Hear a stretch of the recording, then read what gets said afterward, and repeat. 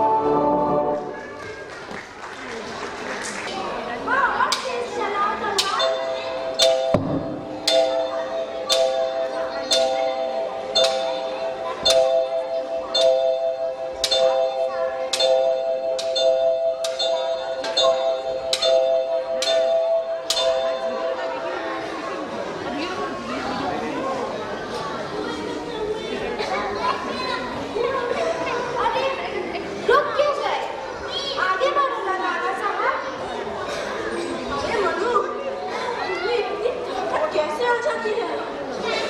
मैं तो थक गया। कुछ देर ठहर जाओ। क्या लड़ाई के मैदान में इस तरह कहने से शत्रु ठहर जाएगा? लो चलाओ तलवार चलाओ। हाँ, मुझे सांस तो लेने दो मनु। तुम कुछ देर ताकिया से लड़ो। अरे यह क्या? ताकिया अगर जरूरत पड़ी तुम दोनों से एक साथ लड़ सकती हो। तलवार संभालो ताकिया। मैं तैयार हूँ, पहले ही से। लो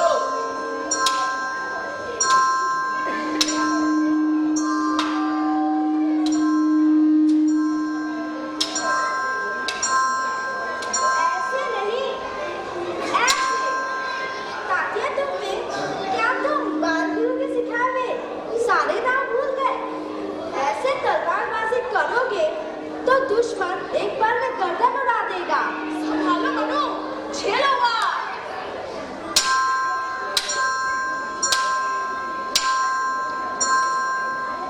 तात्या, क्या तुम मुझे चुनौती देना चाहते हो? कितनी बहादुर हो तुम, लेकिन हो तो लड़की लड़की वक्त आने पर चंडी बन जाती है नाना साहब।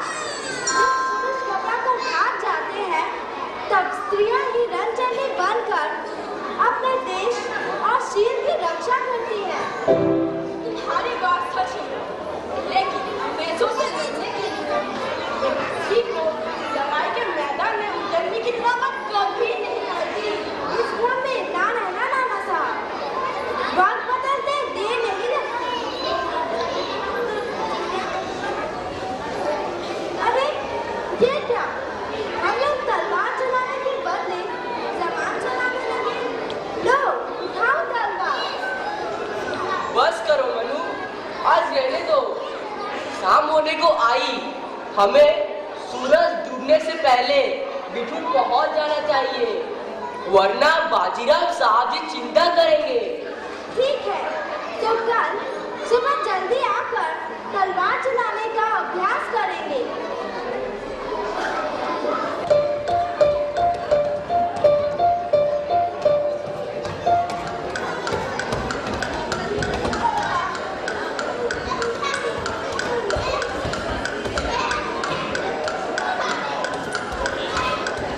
अरे मनु, बैठ जाओ। तुम तो घोड़े पर बैठते ही हवा से बातें करने लगती हो। घोड़े पर बैठकर जो हवा से बातें ना करे वह घुड़सवार नहीं। अरे नाना साहब कहाँ रह गए? अभी तो हमारे साथी थे, शायद बिछड़ गए होंगे। पीछे चलकर देखते हैं। अरे ये तो नाना साहब का घोड़ा भागा जा रहा है। पीछे चलकर देखते हैं। नाना साहब, नाना साहब, नाना साहब, नाना साहब, नाना साहब। नाना साहब, नाना साहब। अरे मधु, घोड़े ने इन्हें गिरा दिया है। अरे मधु, इनके सिर से तो खून निकल रहा है। ठहरो, मैं अभी चुन्नी फाड़ कर इन्हें पट्टी बांध देती हूँ। कुछ कहीं से थोड़ा सा पानी ले आओ।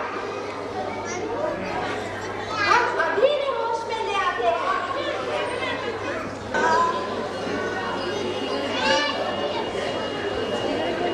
ये लो पानी नाना साहब। कुछ नहीं, मामूली चोट है। घर पहुँचने तक ठीक हो जाएगी। पर मनु, हम नाना साहब को बिठूर तक कैसे पहुंचाएंगे? तो क्या हुआ? तो तुम इन्हें अपने घोड़े पर बिठा कर ले चलो। नहीं नहीं मनु, मुझे 2 पल्ले तक घुड़सवारी की आदत नहीं है। कहीं फिर गिर गए तो? बस इतने से सिरतानी से घबरा गए? तुम रहने ही दो, मैं ले चलूंगी नाना साहब को। चलो उठो। लेकिन मनु तुम मुझे समझते क्या हो नाना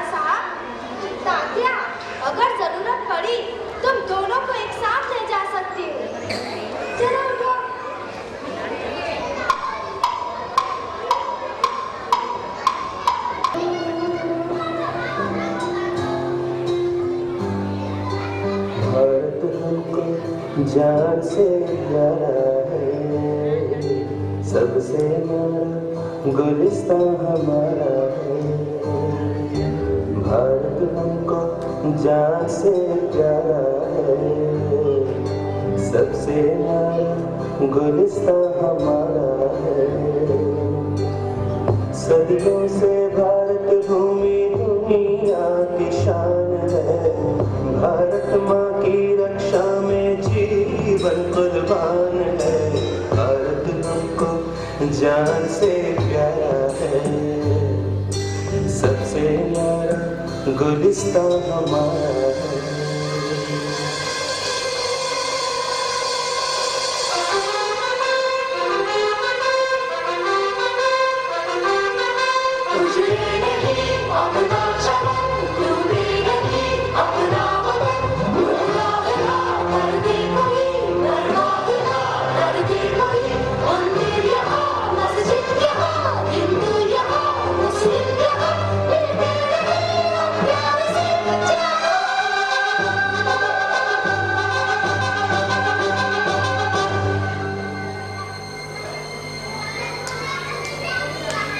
हिंदुस्तानी नाम हमारा है, सबसे प्यारा देश हमारा है।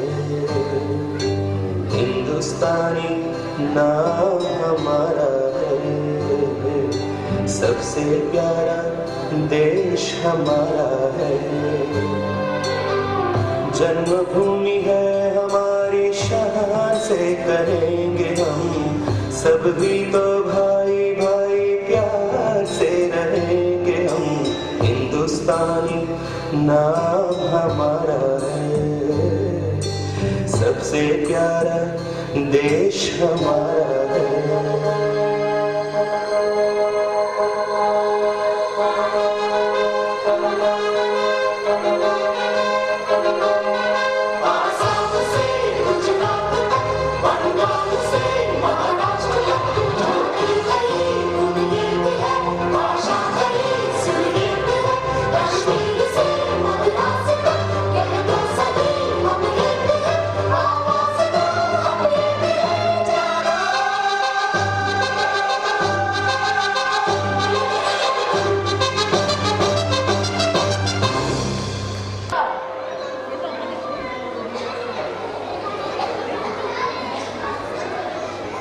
नाना साहब, अब सिर का घाव कैसा है? पिताजी, सिर अभी भी चकरा रहा है। भाई गजब की हिम्मत वाली लड़की है यह भनु भी। तुम्हें इतनी दूर से घोड़े पर बिठा कर ले आए। हाँ पिताजी, अगर मनु साथ न होती तो। नाना साहब, अभी तक गिरने की बात भूले नहीं। मिठुर के होने वाले राजा हो, ऐसी छोटी छोटी बात याद करोगे तो राज कैसे करोगे? अपने दिल और जान देश को कैसे अर्पित करोगे?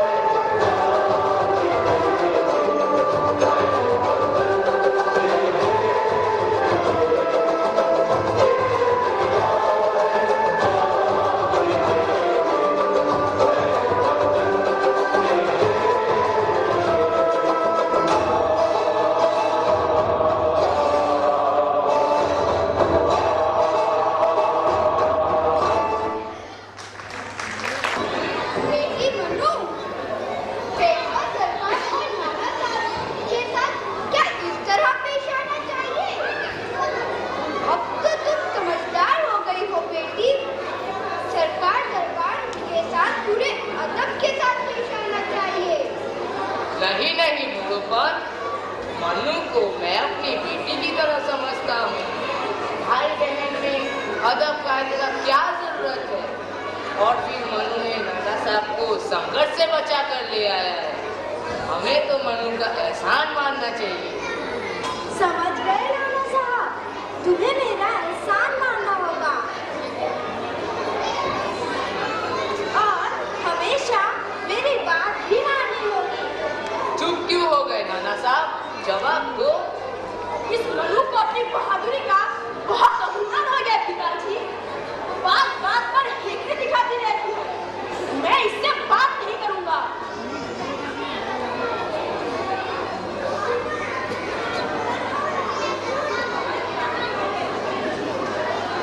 पेशवा महाराज की जय हो। नाना साहब को सैर पर ले जाने के लिए महावत हाथी लाया है। हाथी लाया है? चलो नाना साहब। मनु तुम भी चलो। नहीं नहीं, मैं इस मनु को अपने साथ नहीं ले जाऊंगा। ये फिर अपनी कोई होशियारी दिखाएगा। देखो नाना साहब, अगर फिर हाथी से गिर गए तो तुम्हें वहां बचाने वाला कोई ना होगा। तूने मुझे समझ कर रखा है क्या? मैं मिट्टी का ढेला हूँ जो हाथी से गिर जाऊंगा? मान जाओ ना नाना साहब, ले जाओ ना मनु को भी अपने साथ। नहीं नहीं, हरगिज नहीं। मैं भी बहुत ताकतवर हूँ। मनु की तरह मेरा भी देशिया है। मैं अपने देश के लिए अपनी जान भी दे सकता हूँ। मेरा देश मेरे लिए माँ के बराबर है।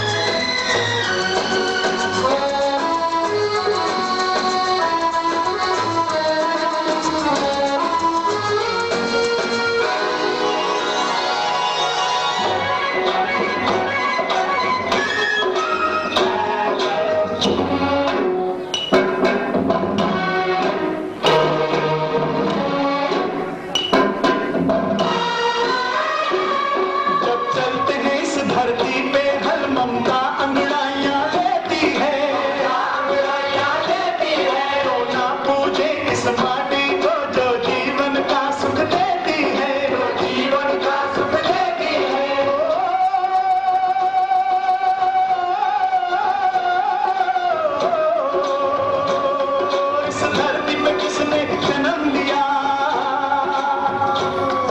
इस धरती पे किसने जन्म लिया, उसने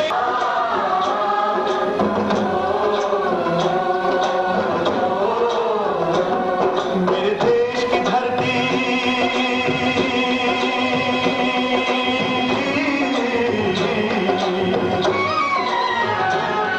मेरे देश की धरती सोना उगले उगले हीरे मोती, मेरे देश की धरती, मेरे देश की धरती, मेरे देश की धरती सोना उगले उगले हीरे मोती, मेरे देश की धरती, मेरे देश की धरती।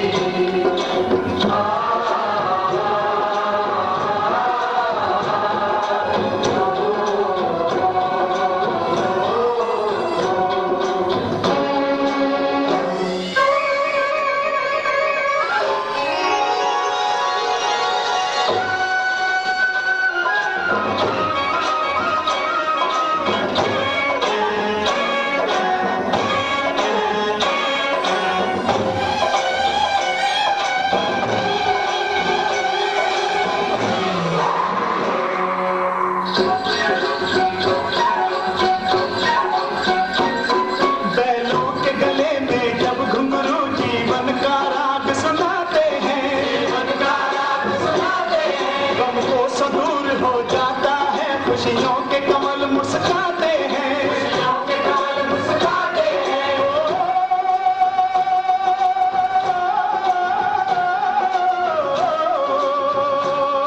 सुन के रहट की आवाजें, सुन के रहट की आवाजें, यूं लगे कहीं शहनाई बजे, लगे कहीं शहनाई बजे, आते ही मस्त बहारों के दुल्हन की तरह हर खेत सजे, दुल्हन की तरह हर खेत सजे। मेरे देश की धरती,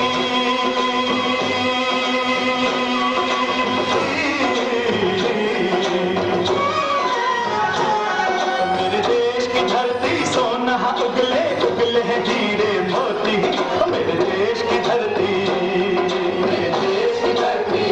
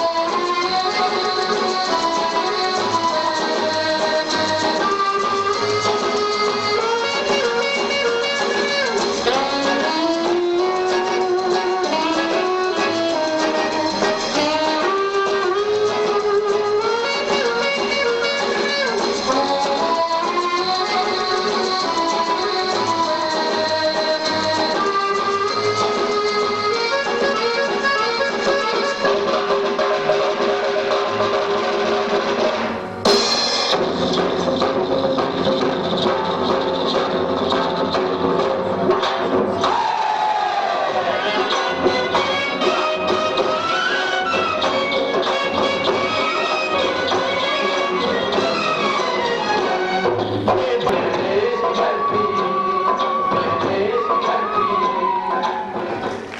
क्या हम नाना साहब की बराबरी कर सकते हैं? वे मालिक हैं, हम उनके सेवक। पिताजी, ये नाना साहब समझते हैं कि मैं इनकी मर्जी के बिना हाथी को छू भी नहीं सकती।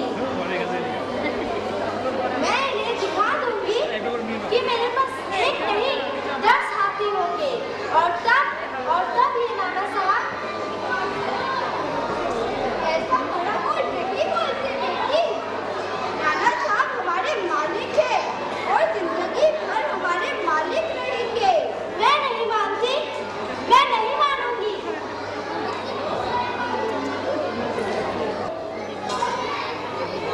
मनु, अरे कहाँ हो मनु? क्या है तात्या? क्या तुम झांसी से आ रहे हो? हाँ मनु, तुमने ठीक कहा था। भगवान वीरों का साथ देता है। तात्या जी दीक्षित ने सारी बातें पक्की कर ली है। झांसी के राजा गंगाधर राव से भी हाँ कह दी है। तो अब मुझे बिठूर में तुम लोगों का साथ छोड़कर झांसी जाना पड़ेगा। मैं झांसी चली जाऊंगी, पर बिठूर तुम लोगों के ऊपर छोड़कर जाऊंगी। तुम तो झांसी की रानी बनने जा रही हो, फिर बिठूर छोड़ने का दुख कैसा? क्या तुम लोगों को मुझे छोड़ने का दुख नहीं होगा? तुम रानी बनने जा रही हो, हमारे लिए कितनी खुशी की बात है। वहाँ तुम्हारी सेना में एक नहीं 20 हाथी होंगे, सैकड़ों घोड़े होंगे और बहुत बड़ी फौज होगी।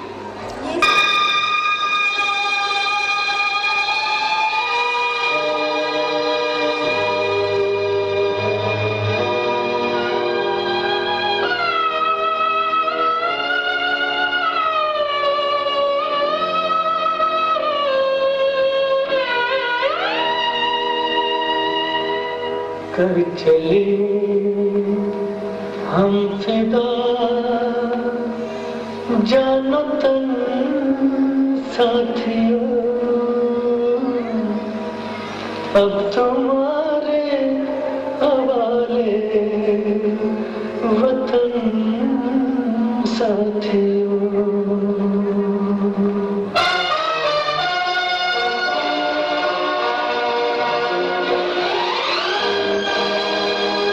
कर चले हम फिदा, जानो तन साथियों, अब तुम्हारे हवाले वतन साथियों।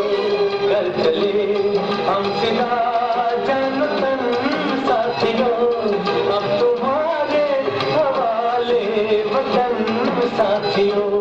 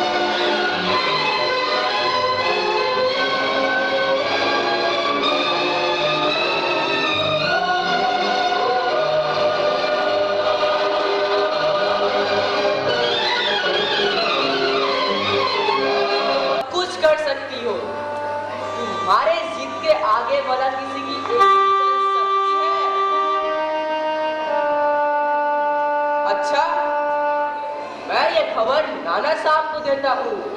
मैं भी तुम्हारे साथ चलती हूँ तात्या। मनु, यह ठीक नहीं होगा। तुम यहीं रुको, मैं नाना साहब को सब समझा दूंगा। तात्या तोपे ने जो कुछ मुझे कहा वह सुनकर मुझे बहुत खुशी हुई। अब तुम झांसी की रानी बनोगी। रानी बनकर अपने भैया नाना साहब को भूल तो नहीं जाओगी ना मनु? और सब कुछ भूल जाओ, लेकिन तुम्हें कैसे भूल सकती हूँ नाना साहब? और तुम्हारे हाथी को भी कैसे भूल सकती हूँ? हाथी वाली बात पर तुम अभी मुझसे नाराज हो मनु? हाँ, मैं वो बात कभी नहीं भूल सकती। अब भूल भी जाओ मनु, नाना साहब तो तुमसे मजाक कर रहे थे। हाँ मनु, मेरे मन में ऐसी कोई बात नहीं थी कि तुम छोटी हो और मैं बड़ा हूँ। तुम बहुत अकड़ कर बात करती हो, इसीलिए मुझे उस समय गुस्सा आ गया था। इतने दिन से तो आपने कुछ नहीं कहा, अब आज ऐसे मीठी मीठी बातें क्यों कर रहे हैं? मैं रानी बन जाऊंगी इसलिए? नहीं नहीं मनु, तुम यहाँ से जल्दी चली जाओगी इसीलिए। तुम हमारे साथ थी तो कितना जोश रहता था हमें। हाँ मनु, तुम्हारे जाने के बाद बिठूर पूरा सुना सुना हो जाएगा। बेटी मनु, तुम्हें ये कंबल पसंद है ना? आपको पसंद है ना पिताजी? तो मुझे भी पसंद है। पिताजी, सुना है झांसी में अंग्रेज भी है? हाँ बेटा, मैंने भी यही सुना है कि झांसी के राजा को अंग्रेजों के हुकूम पर रहना पड़ता है। पर इससे क्या फर्क पड़ता है बेटा? तुम रानी बनोगी और झांसी पर राज करोगी। ऐसा राज किस काम का पिताजी? हमारा अपना राज है, तो फिर हम अंग्रेजों के हुक्म पर क्यों चलेंगे? हम नहीं चलेंगे। अभी तुम बच्ची हो, राजनीति की बातें तो धीरे धीरे समझोगी। चलो अब झांसी चलने की तैयारी करते हैं। आज से ठीक 8वें दिन तुम्हारी विवाह का मुहूर्त निकला है। मनु ही रहने दीजिए ना। नहीं नहीं बेटी, खुद राजा साहब ने तुम्हारा ये नया नाम रखा है। झांसी के प्रजा अब तुम्हें इसी नाम से पहचानेगी। लेकिन पिताजी, आप मेरा नाम ना बदलना। आपके लिए तो मैं मनु हूँ और मनु ही रहूंगी। लेकिन महारानी लक्ष्मीबाई बनकर मैं अपने देश की रक्षा करूंगी और अंग्रेजों